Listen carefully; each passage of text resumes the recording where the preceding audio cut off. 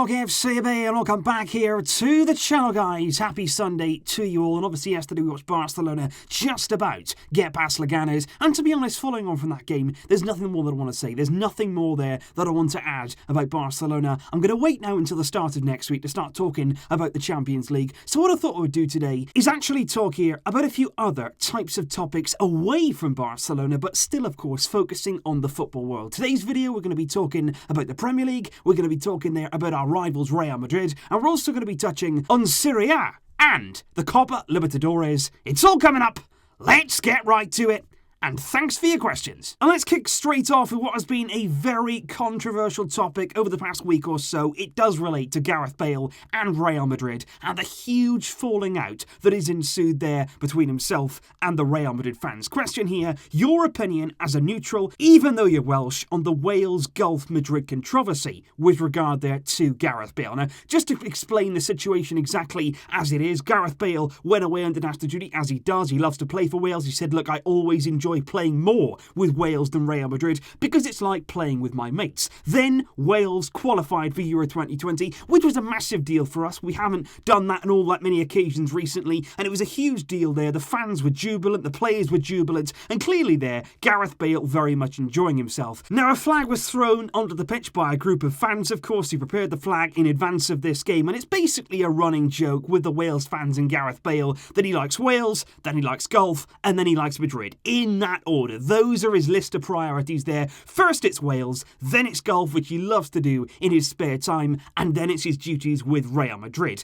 Now, the flag was thrown onto the field, the players, they were celebrating, and Gareth Bale was in the middle laughing about it. He didn't actually hold up the banner, he didn't grab it, he was just in the middle there of the photo, and he was laughing about it. And of course, as soon as I saw that, I knew it's not going to go down there well with the Real Madrid fans. What I would say, though, is I think actually Gareth Bale there was happy to receive that banner, happy to laugh about it, because it was a very distinct dig at the Madrid media. He doesn't actually dislike the Real Madrid fans, but he really does hate the Spanish media because the way they write about him, they're always talking about him. It's very similar, I feel, to Ousmane Dembele at Barcelona. They've always got to find something to say, something negative, and to be honest, they would have written about him with or without that banner. So I think Bale felt as though, you know what, they write about me anyway, I'm going to do this. It's all fun and games. Now, he came on the weekend, heavily booed by the Real Madrid fans. Zinedine Zidane said they shouldn't be doing that. We don't want our fans to boo our players, but it doesn't really seem to bother Gareth Bale. I personally feel like he's never really settled there. He went there for a world record fee. He was never going to be Cristiano Ronaldo. I don't feel as though he's adjusted to the Spanish capital. He's never really tried to learn the language, but I also feel as though he has been very harshly treated right throughout his Real Madrid career. Because yeah, he's been very, very injury prone. He probably hasn't been as good as they'd hoped he would, but at the same time, he's won 4 Champions League titles. He's scored in 2 of those finals. A massive, massive goal in Lisbon when they were really fighting for La Decima. He was a big, big part of that. And also, of course, you remember there, the Champions League final against Liverpool. He scored an overhead kick there in the final and another goal to really seal the trophy. So I think Bale has done more than enough at Real Madrid to get a bit of respect. But at the same time, you know Real Madrid, you know how ruthless their fans can be, you know how at times, how disrespectful the fans at the Bernabeu can be. They've even done it towards their own. You think about Iker Casillas, a legend there of Real Madrid, even he received a lot of abuse there and a few jeers and whistles as a Real Madrid player, and a legend that he was. So I'm not really surprised to see Bale whistled,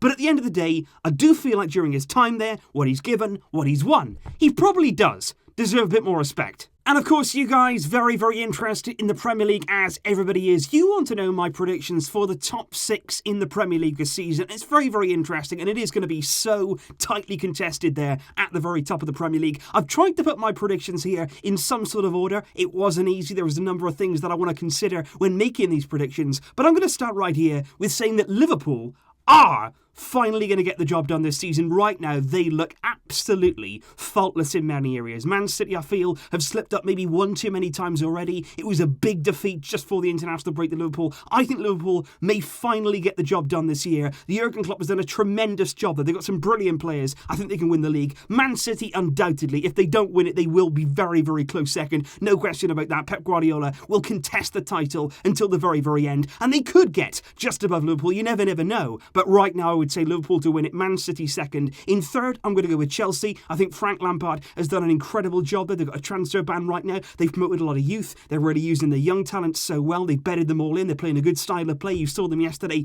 compete really well with Manchester City. They fought toe-to-toe. They played in the right day. They really went for it in that game. And I think Chelsea certainly have enough quality and enough consistency this season to get the third place. And then in fourth, this is a big decision. And this also follows up on another question I received. I'm going to go with Leicester there, making up the top four, getting into once again the Champions League places. And I think that would be an enormous achievement there for Brendan Rodgers and his side. And I've got to say, I had a question basically asking what I liked about the Leicester team. Do I feel like they can get the top four? And I have to say, they're a very good side. They're a really, really good team. We all know, of course, about the Leicester team a few years ago under Ranieri that won the league when they had the likes of Vardy, Mahrez, and N'Golo Kante, of course, in that team. But I actually feel at times like this Leicester team right now, they're competing in a vastly superior quality at the very top of the Premier League. Now you've got Liverpool, now you've got Man City, now you've got Chelsea back on their feet. Leicester are competing at the very top there against such good sides. I think this Leicester team could actually be better than the title-winning one, simply because I think they play very, very good football under Brendan Rodgers. Under Ranieri, they were unbelievable on the counter-attack. They were ruthless. They were so quick. They were so fantastic in their transitions. But I think this team under Brendan Rodgers, they can do it all. They can play there on the counter-attack with Jamie Vardy running in behind, but they can also play in the midfield. They've got such good technical players. James Maddison, you look at Tielemans there. They've got two fantastic fullbacks there in Pereira, in Chilwell. I think this Leicester team, right throughout it, they've got quality. They're good with the ball. They can play in a number of different ways. And I think this season, without Champions League football, without any European commitments,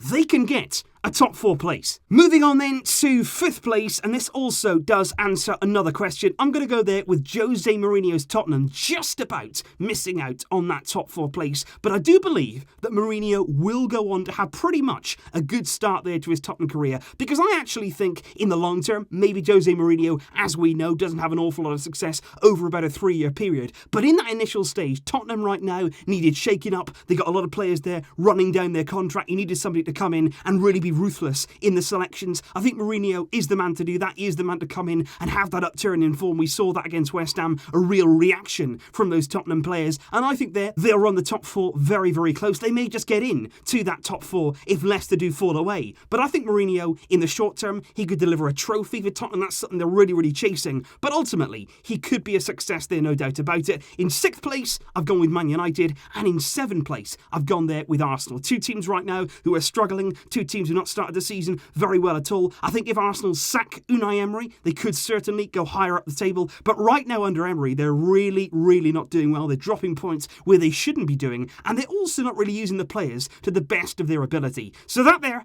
is my top six. At least how I feel right now. Liverpool, City, Chelsea, Leicester, Tottenham, Man United, and Arsenal. We move now to Italy as we focus on Serie A. A good question here. Do you think Inter can challenge Juve for the Scudetto, as Napoli have been disappointing and no other Serie A team, apart from Inter, can stop them? And that's a good question, because Inter this season, under Antonio Conte, in the league at least, have started very, very well, very consistently. They're getting good wins. Lukaku's getting them goals. Lautaro Martinez as well has been absolutely outstanding. Can they, though, maintain that challenge for the title this season? And could they actually pip Juventus to the Scudetto? That is the question. What I would say is, right now I do feel as that Inter, as long as they continue this kind of pace, as long as they continue this kind of consistency, going, winning games no matter what, and really, really putting down the challenge, they could do it. Because I think Juventus this season have actually been very, very uninspiring, and I'm very surprised actually, because Maurizio Sarri has gone in there, but actually, Juve are not really playing Sarri football. It's been very scrappy from them. They've had to really grind out some wins. They've not been convincing. I don't really think he knows what his best formation is. He doesn't really know what his best system is, and that's not something I expected from Maurizio Sarri going into Juventus. And I also think right now Cristiano Ronaldo is becoming a bit of a problem. They won yesterday without Ronaldo. Higuain starred in that game. Dybala was playing, but I think with Ronaldo in there, you don't really know whether you can play him and Dybala together, much like Argentina when you play Messi and Dybala. Can it work? Can they all sort of play in the same sort of space? But I think Juventus have got a lot of improving to do. I think they're not exactly rock solid at the back right now. De Ligt has started his career quite shakily at times. He has had a few good games in there, but Juve right now are not looking as strong without Chiellini as they have in the past. And for that reason, I believe that Inter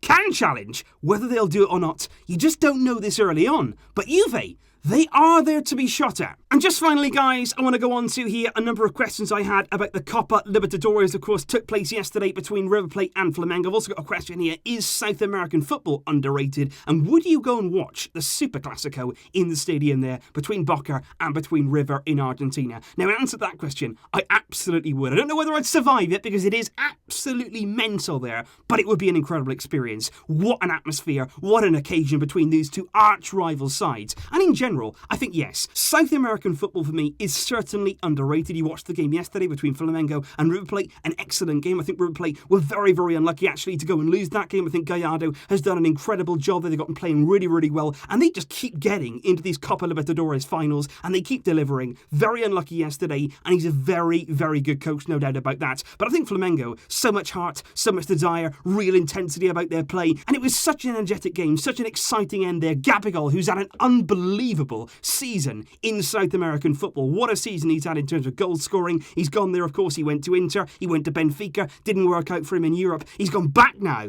over to Brazil. What a season he's having, delivering the trophy yesterday in an emphatic way. But I do feel as though South American in general, because maybe in Europe we don't all get to see it on a regular basis, it is underrated. Because you think of how many players, how many top quality players come from South America, originate there from South America. They come over and make such an impact. And I think they're, unfortunately, because the leagues are probably not as well marketed, they're not as rich, they don't have as much money to spend, maybe it's deemed not quite as good as what we got in Europe. But I think there's so much quality, so much young talent, and so much enthusiasm as well for the football every single game. It's really, really exciting stuff. And for me, if it was actually broadcast over here, if we had a deal to show it on the TV, I would certainly sit down and watch it, because South American football, it really is good stuff. So that there, guys, is my thoughts on a number of wide-ranging topics aside from Barcelona. Let me know your thoughts in the comments down below on everything we have discussed in today's video. Do you agree with my thoughts? Do you disagree? What would your top 6 be in the Premier League? And what do you make there of the Gareth Bale situation at Real Madrid? Something a bit different today, but I thought I'd give you this to you on the Sunday afternoon. Let me know your thoughts in the comments down below. I'll be back next week,